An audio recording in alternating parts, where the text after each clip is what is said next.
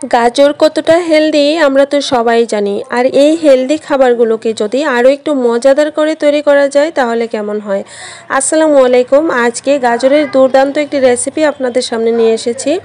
এটা খেতে খুবই সুস্বাদু হয়। আজকে আমি গাজরের সুইচ রোল এবং গাজরের স্যান্ডউইচ বানিয়েছি, যেটা সবাই পছন্দ করবে এবং বাচ্চাদের টিফিনেও ইজিলি দিতে পারেন। যেহেতু এটা অনেক হেলদি, বাচ্চাদের জন্য দিলে অবশ্যই ভালো হবে। আর এটা খুবই সহজে তৈরি করে নিতে পারবেন এবং খেতেও ভীষণ মজার।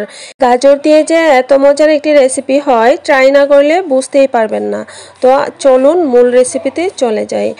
আমি আজকে এখানে 2টি গাজর দিয়ে আমার এই রেসিপিটি তৈরি করব। তার জন্য আমি এখানে মিডিয়াম সাইজের 2টো গাজর নিয়েছি আর এগুলোকে এরকম ছোট ছোট স্লাইস করে কেটে নিয়েছি।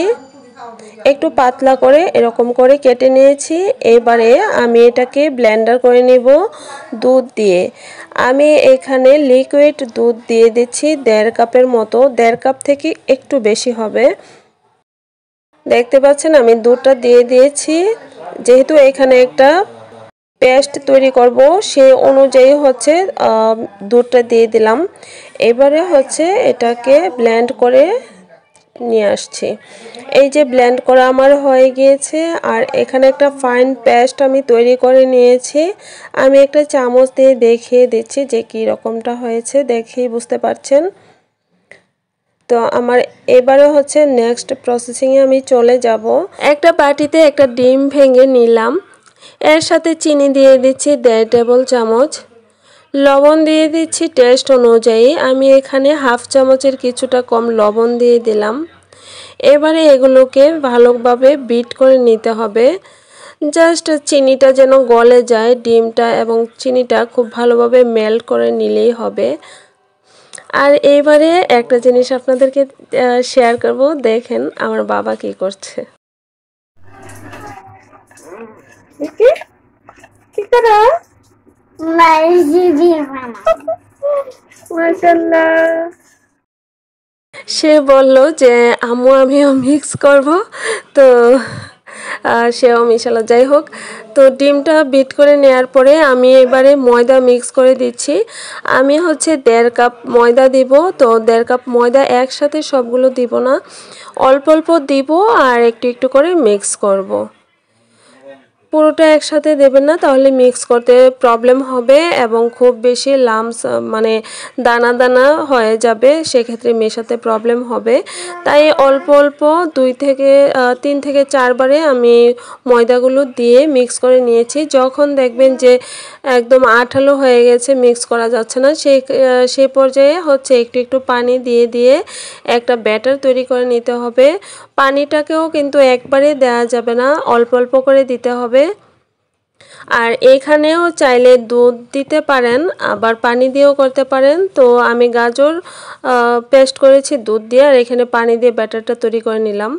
যখন প্রায় মিক্স করা হয়ে গিয়েছে, এই পর্যায়ে 3 থেকে 3.5 টেবিল চামচের মতো আমি তেল দিয়ে দিলাম। তেলটা দিয়েও খুব ভালোভাবে মিক্স করে নিয়েছি। আর আমার ব্যাটারের কনসিস্টেন্সিটা দেখিয়ে দিলাম কেমন হয়েছে। খুব বেশি পাতলা না, আবার ঘনও না। এখানে একটা প্যানে আমি 1.5 টেবিল চামচ ঘি দিয়ে দিলাম। আর এই ঘিয়ের পরিবর্তে চাইলে এখানে বাটার দিতে পারেন, এবং ঘি আর বাটার যদি কোনোটাই হাতের কাছে না থাকে, সেক্ষেত্রে তেলও দিতে পারেন। দিয়ে দিয়েছি একটা এলাচ এবং 1 টুকরো দারুচিনি। আর এলাচটাকে ফেটিয়ে দিয়েছি, তাহলে সুন্দর একটা স্মেল বের হবে। জাস্ট কয়েক সেকেন্ড একটু নেড়ে চেড়ে দিয়েছি। এবারে দিয়ে দিচ্ছি পেস্ট করে রাখা গাজর। এই গাজরটা দিয়ে চুলা হচ্ছে আমার মিডিয়াম আঁচে আছে, খুব বেশি একেবারে বাড়িয়ে দেওয়া যাবে না, আবার একেবারে কমিয়ে রাখারও প্রয়োজন নাই। তো আমি নেড়ে চেড়ে এটাকে রান্না করে নিব যতক্ষণ না পর্যন্ত গাজরের পানি এবং যে দুধ দিয়ে আমি পেস্টটা করেছি সেগুলো টেনে না যায়, ততক্ষণ পর্যন্ত হচ্ছে রান্না করে নিব। তো কিছুক্ষণ রান্না করার পরে আমি এবারে এখানে এই গাজরে আরও 1.5 টেবিল চামচ চিনি দিয়ে দিলাম। গাজরটা যেহেতু মিষ্টি টাইপের, সেজন্য এখানে খুব বেশি চিনির প্রয়োজন নাই। গাজরেও কিছুটা লবণ দিয়ে দিচ্ছি, কারণ মিষ্টি জিনিসে লবণ দিলে মিষ্টির মানে টেস্টের ব্যালেন্সটা কিন্তু ভালো আসে, সেই জন্য মিষ্টি জিনিস অবশ্যই কিছুটা লবণ দিবেন। তো দেখতে পাচ্ছেন কিছুক্ষণ রান্না করার পরে আমার এইখানের গাজরের ব্যাটারটা একদম রেডি হয়ে গিয়েছে।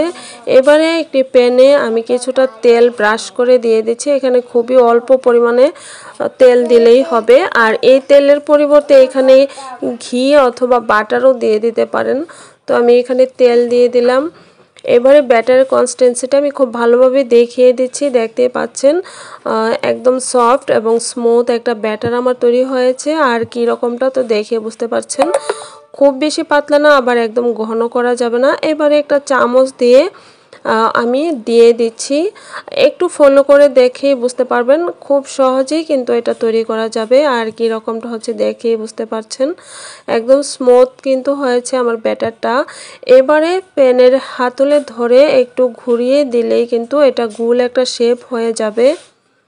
আমি কিছুটা ঘুরিয়ে দিচ্ছি, এভাবে ঘুরিয়ে দিতে পারেন, আবার চাইলে চামচের তলা দিয়ে এভাবে একটু স্প্রেড করে দিতে পারেন, সমান করে দিতে পারেন। এবারে ঢাকনা দিয়ে জাস্ট 10 থেকে 15 সেকেন্ডের মতো ঢাকনা দিয়ে রেখেছি। মনে রাখবেন এইখানে কিন্তু খুব বেশি জাল করা যাবে না, তাহলে এই পিঠাটা কিন্তু অনেক হার্ড হয়ে যাবে, তাহলে যে ফোল্ডিং করতে প্রবলেম হবে। এবারে দেখতে পাচ্ছেন যে গাজরের পোরটা আমি রেডি করে রেখেছিলাম সেটা দিয়ে দিচ্ছি একটা চামচ দিয়ে, এইভাবে সব দিক থেকে খুব সমানভাবে সুন্দর করে দিয়ে দিলেই হবে। তো এই কাজটা শেষ। গাজরের পোরটা দেওয়ার সাথে সাথেই হচ্ছে প্যান থেকে সেটা নামিয়ে নিলেই হবে।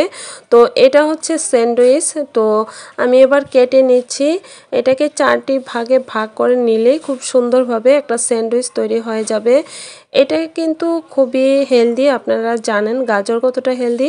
বাচ্চাদের এভাবে করে দিতে পারেন, টিফিনেও দিতে পারেন, মজার করে খাবে, এবং সকাল বিকেলের নাস্তায় যে কোনো সময় এটা তৈরি করে খেতে পারেন। ছোট বড় সবাই খুব বেশি পছন্দ করবে।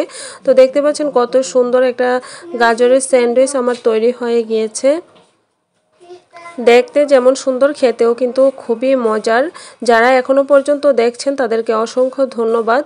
আর অবশ্যই ভিডিওটি যদি ভালো লাগে শেয়ার করে দিবেন ফ্রেন্ডস অ্যান্ড ফ্যামিলির সঙ্গে। তো আমি সেমভাবে কিন্তু আবারও ব্যাটার দিয়ে তারপরে 10 থেকে 12 সেকেন্ডের মতো ঢাকনা দিয়ে রেখেছিলাম। তারপরে হচ্ছে গাজরের পোরটা দিয়ে খুব ভালোভাবে চামচ দিয়ে লাগিয়ে এবারে এইটাকে হচ্ছে রোল করে নিয়েছি, কারণ এইটা হচ্ছে গাজরের রোল বানিয়েছি, সুইচ রোলস বানিয়েছি। তারপরে নাইফ দিয়ে দেখতে পাচ্ছেন কত সুন্দর করে কাটা হয়ে যাচ্ছে। আর এই দুইটা রেসিপি কিন্তু শুধুমাত্র একই প্রসেসিংয়ে, মানে এক ব্যাটারে এবং একই গাজরের পোর দিয়ে আপনারা দুটো রেসিপি এভাবে দুটো আইটেম তৈরি করে নিতে পারেন, গাজরের সুইচ রোল এবং গাজরের স্যান্ডউইচ। তো ভালো লাগলে অবশ্যই একটি লাইক করে দেবেন। আল্লাহ হাফেজ।